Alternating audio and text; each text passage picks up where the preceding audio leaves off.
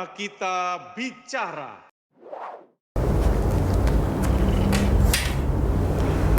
Selamat sore, wassalamualaikum warahmatullahi wabarakatuh. Senang rasanya saya Lia Paiman berjumpa dengan Anda semua dalam Sorot Ombudsman, waktunya kita bicara. Dan di sore hari ini, alhamdulillah kita kedatangan Bapak Ketua Ombudsman Republik Indonesia. Senang rasanya bisa berjumpa dengan Bapak. Assalamualaikum Pak. Waalaikumsalam, izin melepas masker ya. Bagaimana kabar Pak? Alhamdulillah sehat ya. Perjalanannya dari Jakarta ke sini tadi lancar? Alhamdulillah lancar dan tidak ada kendala apapun. Alhamdulillah. Oke, kita akan berbincang tentang Ombudsman. Ya. Bapak Muhammad Naji SH.M.Hum PhD. Ya. Ya, beliau lahir di Lamongan pada 17 Mei 1965 dan hari ini dilantik pada Februari 2021 sebagai Ketua Ombudsman Republik Indonesia. Kenapa Bapak bisa tertarik masuk di Ombudsman?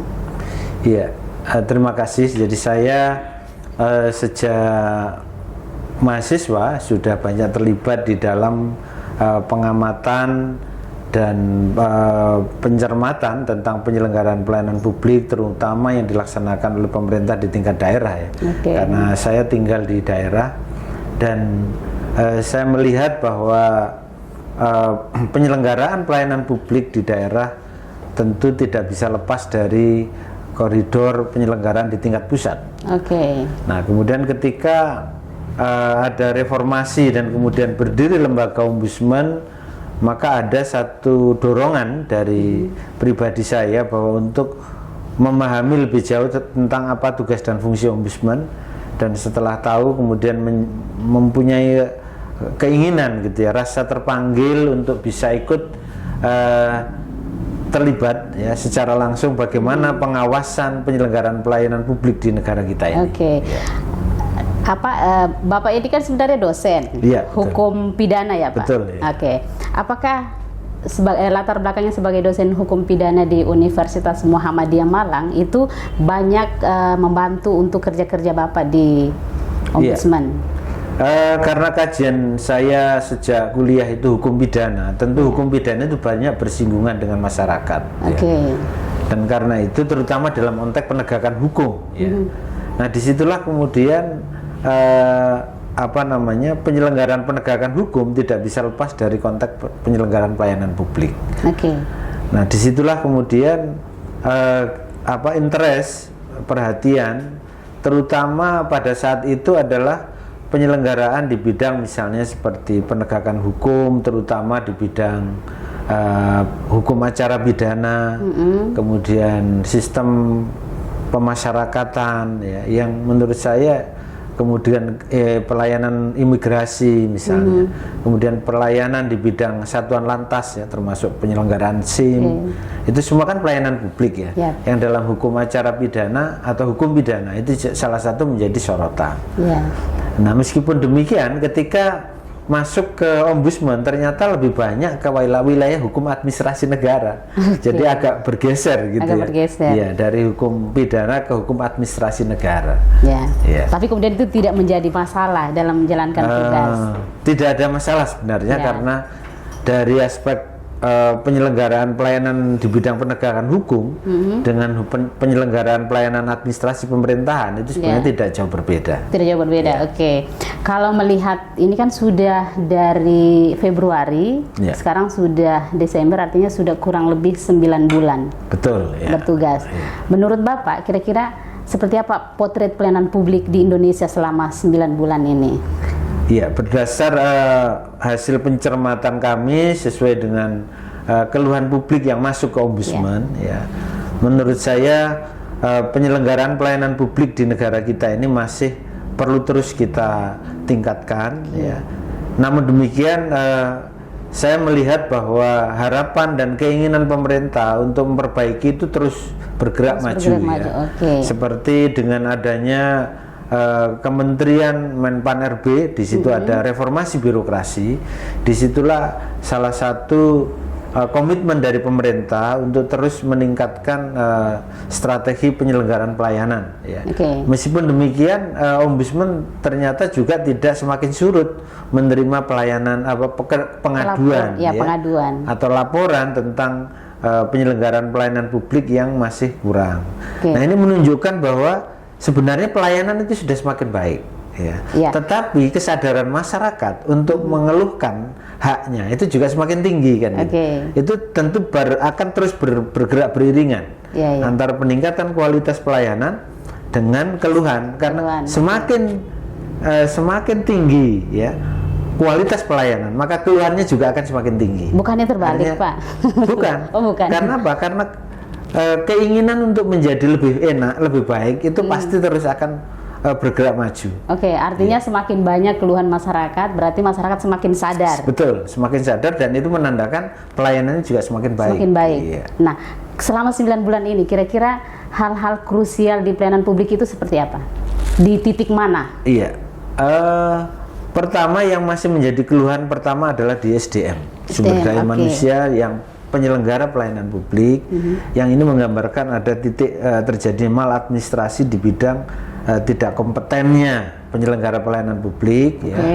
Kemudian yang kedua, kurangnya penguasaan terhadap instrumen pelayanan, misalnya dengan sekarang ini semua serba online misalnya. Ternyata petugas ini banyak yang juga belum familiar dengan penggunaan instrumen teknologi ini, karena kebanyakan masih ngakunya gatek gitu ya. Dan itu ternyata ini perlu orang khusus gitu.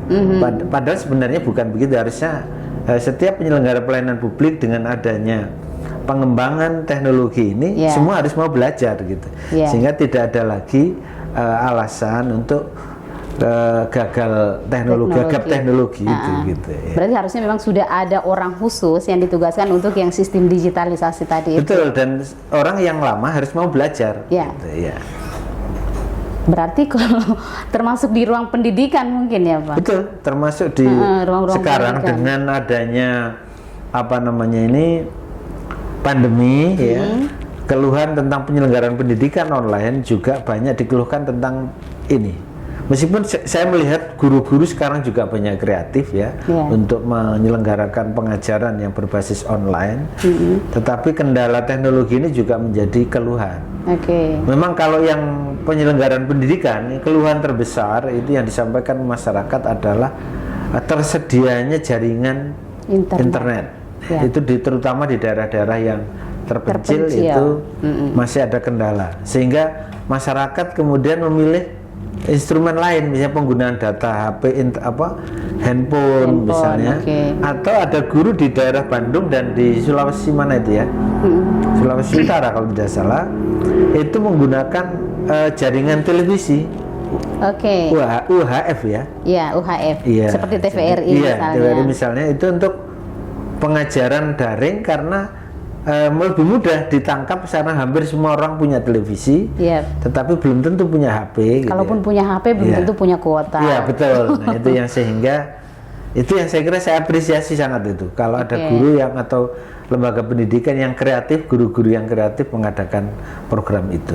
Kalau di bidang kesehatan ini, menurut Bapak yang dilihat hari ini, apalagi pandemi yang sudah berkepanjangan ini, sebenarnya dengan adanya pandemi itulah kita semakin nampak terlihat bagaimana sarana penyelenggaraan pelayanan publik di bidang kesehatan, pendidikan itu masih jauh ketinggalan. Jauh ketinggalan. Betul ya.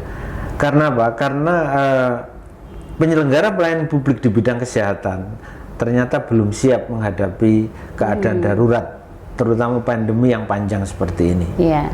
Nah inilah kesempatan kita masyarakat untuk memberi masukan, dan juga untuk bagi pemerintah untuk kemudian memperbaiki dengan cepat bagaimana penyelenggaraan pelayanan kesehatan yang memadai dan diperlukan masyarakat.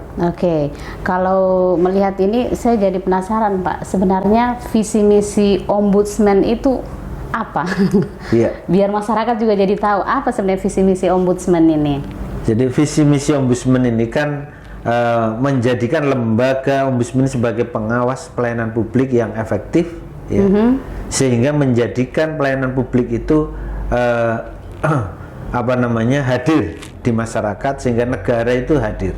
Jadi bagaimana agar kemudian pelayanan publik itu bisa mewujudkan kesejahteraan bagi masyarakat. Oke. Ya. Bidang apa saja kira-kira nih Pak, supaya kemudian masyarakat bisa paham apa yang harus kita adukan ke Ombudsman, pelayanan publik seperti apa yang bisa kita adukan ke Ombudsman? Ya, kalau dari undang-undang, menurut undang-undang kita ini tidak bisa membatasi jenis pelayanan publik, karena definisinya pelayanan publik itu kan seluruh layanan yang dibutuhkan masyarakat. Oke. Ya. Dari aspek pengadaan barang, jasa, ya, dan administrasi, penyelenggaraan pemerintahan. Baik itu dilaksanakan oleh pemerintah pusat, pemerintah daerah, BUMN, BUMD, perorangan yang menggunakan anggaran negara yang ditugaskan melayani masyarakat tertentu. Jadi kalau dilihat definisi undang-undang seperti itu, dalam pasal 1 ayat 1 Undang-Undang 37 tahun 2008 Undang-Undang Ombudsman, sebenarnya objek pengawasan Ombudsman itu tidak terbatas, sampai pusat, sampai ke tingkat RT bahkan. Ya. Mekanisme prosedurnya pengaduannya seperti apa? Misalnya saya ini perusahaannya dari pusat, tapi dia ada di daerah. Apakah kemudian saya harus melapor ke pusat atau saya harus melapor ke daerah? Baik, jadi begini. Untuk pelaksanaan pengawasan, Ombudsman itu punya dua sayap penting, yaitu yang pertama adalah penerimaan laporan masyarakat dan yang kedua adalah pencegahan maladministrasi. Nah, untuk melaporkan pengaduan kepada Ombudsman itu untuk kasus-kasus yang terjadi di daerah, nah itu kita harapkan dilaporkannya cukup ke perwakilan di daerah. Sedangkan kalau itu menyangkut kepada penyelenggara pelayanan publik yang ada di pusat, misalnya kementerian, kelembagaan, BUMN, itu ke pusat. Namun bisa juga laporan itu lewat daerah untuk bisa diteruskan ke pusat. Jadi warga yang ada di daerah kalau misalnya misalnya ada BUMN yang bekerja di daerah, nah keluhannya sebenarnya bisa ditangani di daerah, tapi itu kalau menyangkut BUMN di tingkat pusat maka bisa langsung dikirim ke pusat. Bisa juga lewat perantara perwakilan di daerah. Kita kuis dulu Pak sebelum kita lanjut di pertanyaan berikutnya. Ini kuisnya, hadiahnya nanti Bapak yang share ke kita semua berupa informasi atau apa. Ini metodenya terbalik. Biasanya kalau kuis, pemenang kuis dikasih hadiah. Ini yang menjawab kuis harus memberi hadiah. Ini di Ombudsman itu kan ada reaksi cepat Ombudsman. Reaksi cepat Ombudsman. Nah, ini kita tes reaksi cepat Ombudsman. Apakah Pak Najih ini reaksinya cepat sekali atau seperti apa? Ini cuman 5. Yang pertama, ayam atau ikan? Ikan. Kenapa? Karena saya suka ikan. Begitu. Saya pikir ada filosofi yang lain. Gunung atau laut? Laut. Kenapa? Karena laut tempat hidupnya ikan. Yang ketiga ini pasar tradisional atau mall? Pasar tradisional. Biasanya Bapak ke mall kayaknya ini. Karena saya sejak kecil suka ke pasar. Kayaknya kita semua pernah ke pasar. Suka belanja ke pasar tradisional. Iya. Tapi kalau ibu-ibu biasanya suka ke mall, Pak. Saya setiap ke daerah pasti saya sempatkan lihat pasar. Alhamdulillah. Jadi besok kita harus lihat pasar Mandonga ini, Pak. Betul. Kalau tahu tempatnya saya diberitahu tempatnya di mana. Oh iya, dekat dari sini. Jadi sekitar 1 kilometer. Sepak bola atau bulu tangkis? Bulu tangkis. Kenapa ini? Atlet bulu tangkis kayaknya Bapak ini. Sering main bulu tangkis ya Pak? Iya, kalau olahraga yang sering saya lakukan itu bulu tangkis. Ya. Dan juga memang sejak kecil suka melihat pertandingan-pertandingan nasional, terutama internasional yang itu diikuti oleh atlet Indonesia yang ikut membanggakan kita. Sama kita nih Pak, saya juga pecinta bulu tangkis. Bagaimana tanggapan Bapak, Indonesia mundur dari kejuaraan dunia?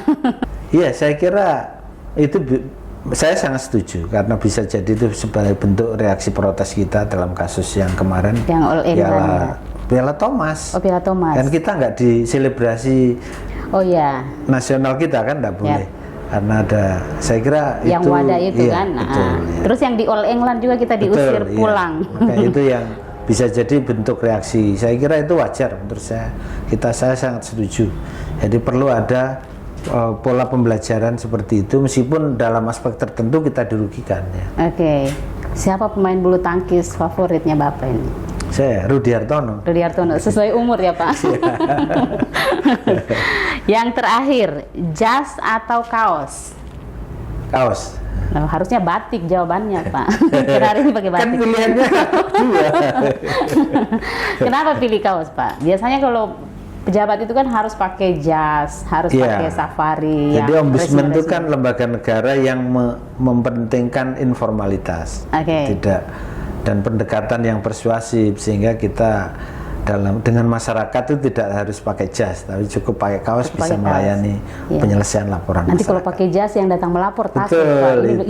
Ini kayaknya saya harus ketemu, harus tunduk-tunduk terus ini karena pejabat yang saya hadapi. Oke, kita kembali ke pertanyaan. Kalau prioritas lebih dari 5 sih Pak.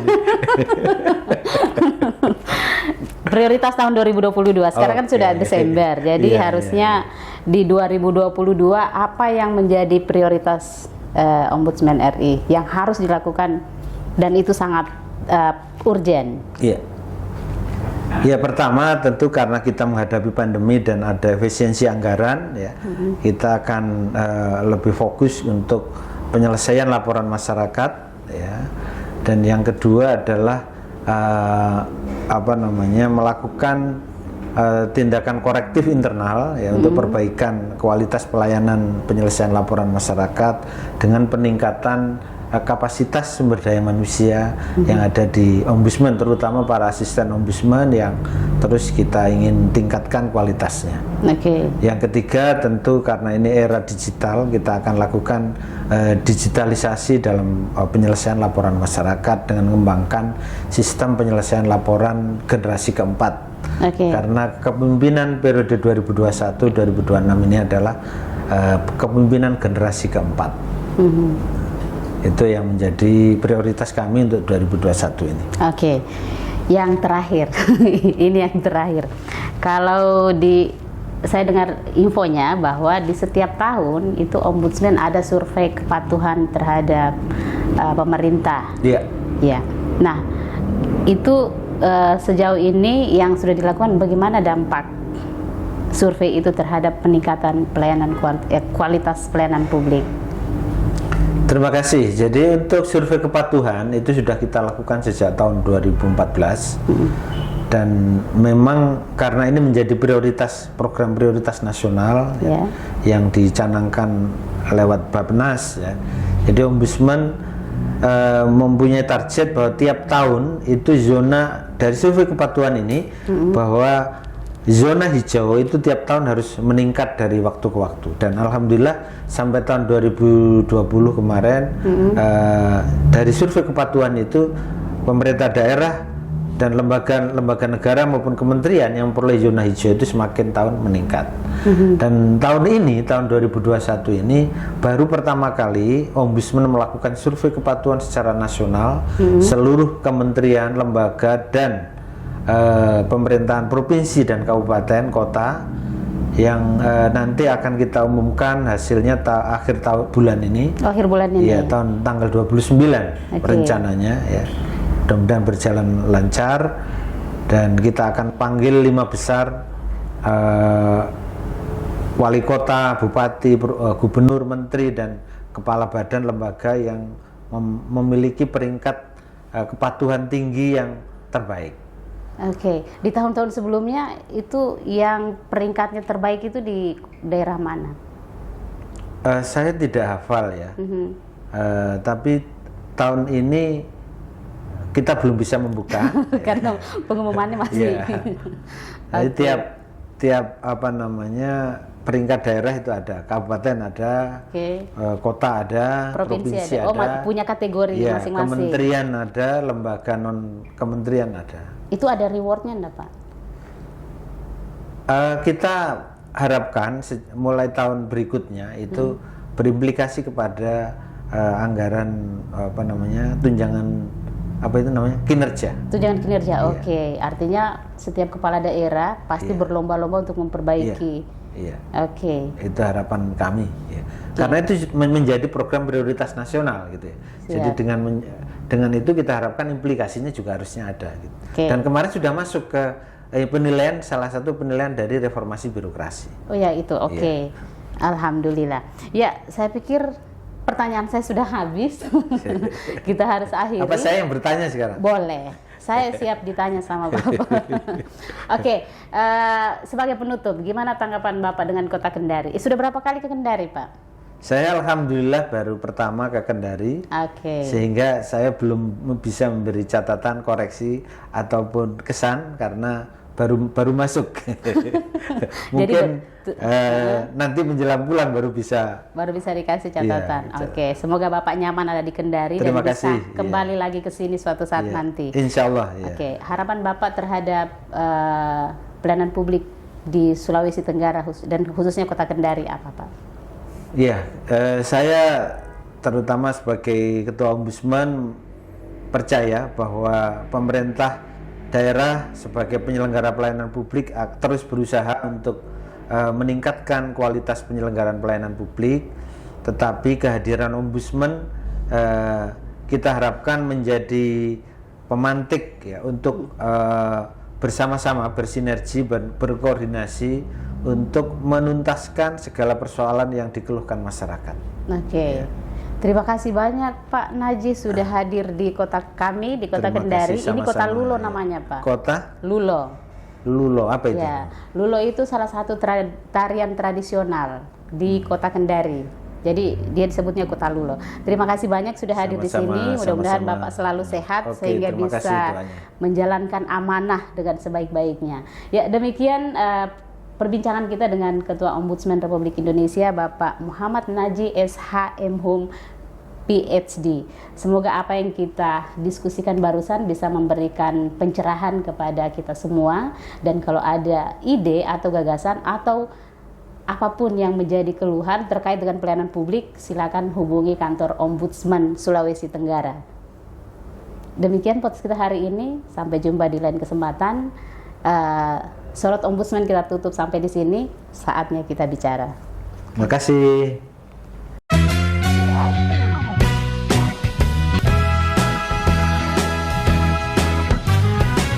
Waktunya kita bicara.